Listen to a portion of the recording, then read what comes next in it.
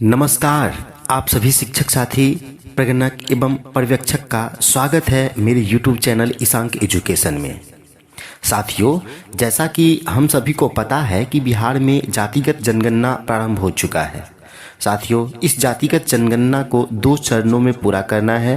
पहला चरण में मकान का नंबरीकरण और फिर दूसरे चरण में वास्तविक जनगणना होनी है। पहले चरण मकान के नंबरीकरण में जो नजरी नक्शा बनाना है और उस नजरी नक्शा में मकान का नंबरीकरण हम किस प्रकार करेंगे और जो गणना प्रपत्र है उसको कैसे भरेंगे, इस बात को हम इस वीडियो के माध्यम से क्लियर करने वाले हैं। साथियों, अगर आप इस वीडियो को पूरा देखते हैं तो मुझे पूरा विश्वास है कि आपको कोई और वीडियो देखने की आवश्यकता नहीं होगी। वीडियो को शुरू करने से पहले आप सबों से रिक्वेस्ट है कि आप इस चैनल को सब्सक्राइब जरूर कर दें, क्योंकि इस चैनल के माध्यम से हम इस जातिगत जनगणना संबंधित या और भी विभागीय जानकारी वाली वीडियो शेयर करते रहते हैं। तो आइए वीडियो को शुरू करते हैं।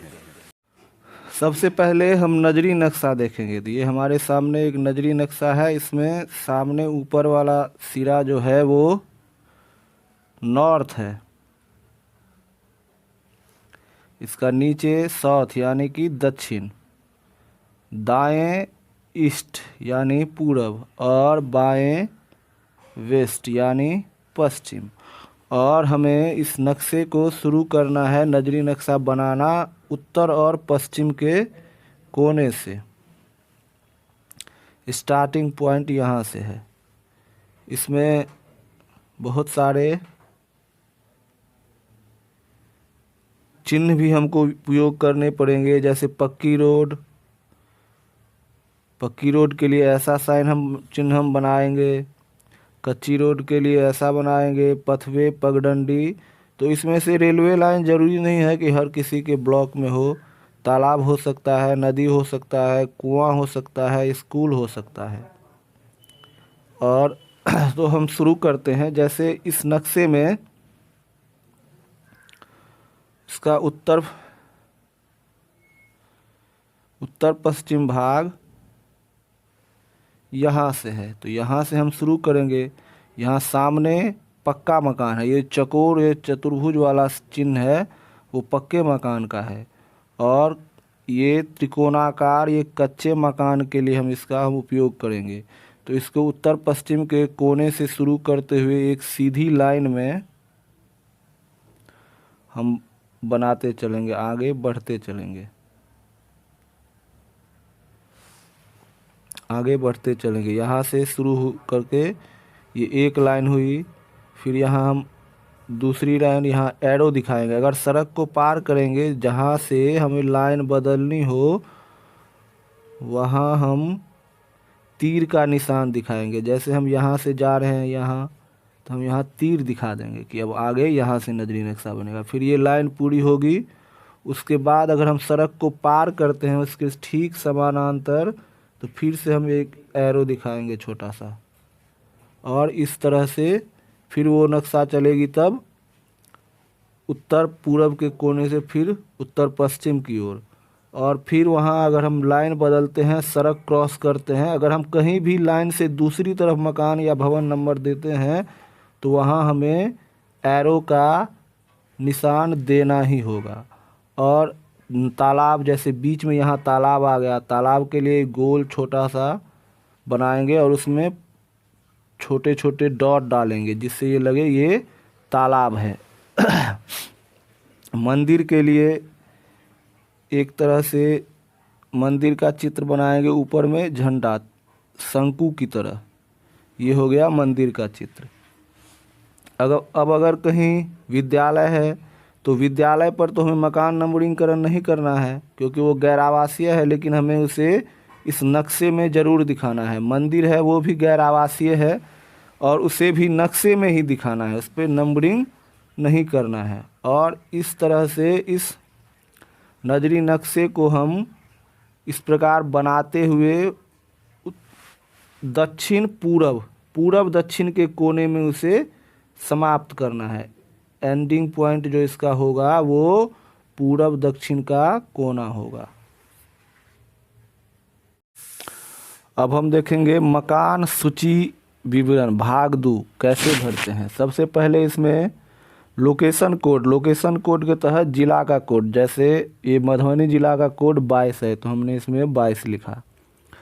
प्रखंड नगर का कोड भी हर ज़िले में सभी प्रखंडों को मिला होगा, तो यहाँ हमने 17 दिया है। इसमें ये ध्यान रखना है कि जैसे 3 कॉलम इसमें बना हुआ है, लेकिन हमें अगर 2 ही लिखना है तो अंत से यानी दाएं तरफ से 2 भर जाए, बाएं का खाली भी रह सकता है, तो 17 है। उसके बाद गांव या नगर का कोड, जैसे यहाँ हमने 005 डाला है। और वार्ड का कोड जो है, हर वार्ड में, हर पंचायत का जो वार्ड का कोड है उसका वार्ड नंबर ही वार्ड का कोड है। उसके बाद गणना ब्लॉक बांटा गया होगा, वीडियो के द्वारा आपको दिया गया होगा। 700 की जनसंख्या तक एक गणना ब्लॉक है, तो यहाँ हमने 84 दे दिया है। इसमें उप ब्लॉक नहीं है, अगर उप ब्लॉक होता तो जैसे 84 और इस आगे वाले में 1 डालते हम। अब हम देखते हैं आगे इस फॉर्म को, जैसे यहाँ क्रम संख्या है। क्रम संख्या हमेशा आप बढ़ते हुए क्रम में होगा, 1 2 3 4 5 6 करके। उसके बाद भवन संख्या है, तो भवन का मतलब हुआ एक भवन, उसमें कई परिवार, कई मकान हो सकता है। शहरी क्षेत्रों में एक भवन में 10-10 परिवार रहता है, ग्रामीण क्षेत्रों में ऐसा नहीं होगा, लेकिन एक भवन में 2-3 परिवार, 4 परिवार भी रह सकता है। तो यहाँ हमने सबसे पहले भवन संख्या डाला है, तो भवन संख्या 1 में देखते हैं हम कितना परिवार है। मकान संख्या 1 2 3, यानी कि भवन संख्या 1 में 3 परिवार है, तो 3 मकान संख्या। उसका आवासीय को ही इस फॉर्म पे डालना ही है। तो भवन संख्या 1, मकान संख्या 1, परिवार की संख्या 1। उसका मालिक है, परिवार का मुखिया है कैलाश कुमार। अब कैलाश कुमार के परिवार में सदस्यों की संख्या है 3, तो हमने यहाँ 3 लिखा। फिर परिवार का क्रम संख्या 001, जो हर भवन नंबर के बाद उसका क्रम संख्या टूटेगा, तो 001।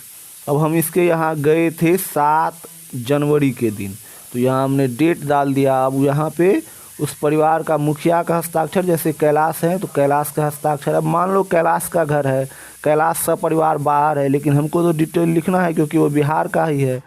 तो कैलाश के बदले अगर उसके कोई पड़ोसी, उसका भाई, उसके पिता अगर उसके बदले उनके जानकारी देते हैं तो हम उनका हस्ताक्षर यहाँ पे करवा लेंगे। ये ज़रूरी नहीं कि कैलाश ही करे, मान कैलाश बाहर भी हो सकता है अपने परिवार के साथ, यहाँ उसके घर में ताला हो, लेकिन आगे जब हम गणना करेंगे लोगों की तो उसमें आ गया हो, तो उसे तो हम गिनना है। स्पष्ट निर्देश है कि बिहार के सभी नागरिकों को गिनना है, उसकी जाति का पता करना है, चाहे वो घर पे हो या न हो।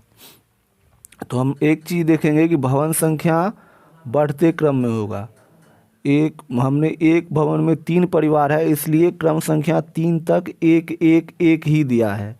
अब मकान संख्या भी हमेशा बढ़ते क्रम में होगा, और हम इस पर आवासीय लगाएंगे। यहाँ हमने लिखा है 1, परिवार संख्या में 1। यहाँ हम अगर 3 भी लिख सकते थे, यहाँ 3 लिख देते तो इस दोनों को खाली छोड़ते, क्योंकि इस एक भवन में 3 परिवार रहता है, तो हमने सबका 1 1 1 1 कर दिया है।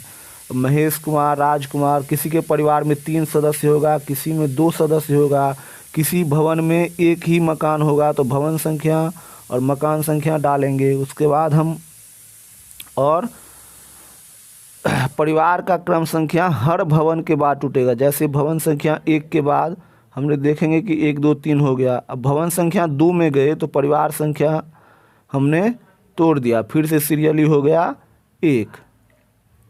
उसके बाद हमने देखते हैं भवन संख्या 3 में गए, जो आवासीय है उसमें भवन संख्या 3 में मकान संख्या 5 हो गया। इस परिवार संख्या 1 विनोद कुमार, इनके परिवार में 5 सदस्य हैं, और हमने फिर से परिवार का क्रम संख्या तोड़ दिया है और 1 से शुरू किया है। इनके यहाँ हम 8 को गए थे, और इनका हस्ताक्षर, परिवार के मुखिया का हस्ताक्षर या उनके पड़ोसी का हस्ताक्षर, और परिवार का मुखिया परिवार यहाँ नहीं रहता हो तो हम निश्चित रूप से इस पर करवा लेंगे। धन्यवाद।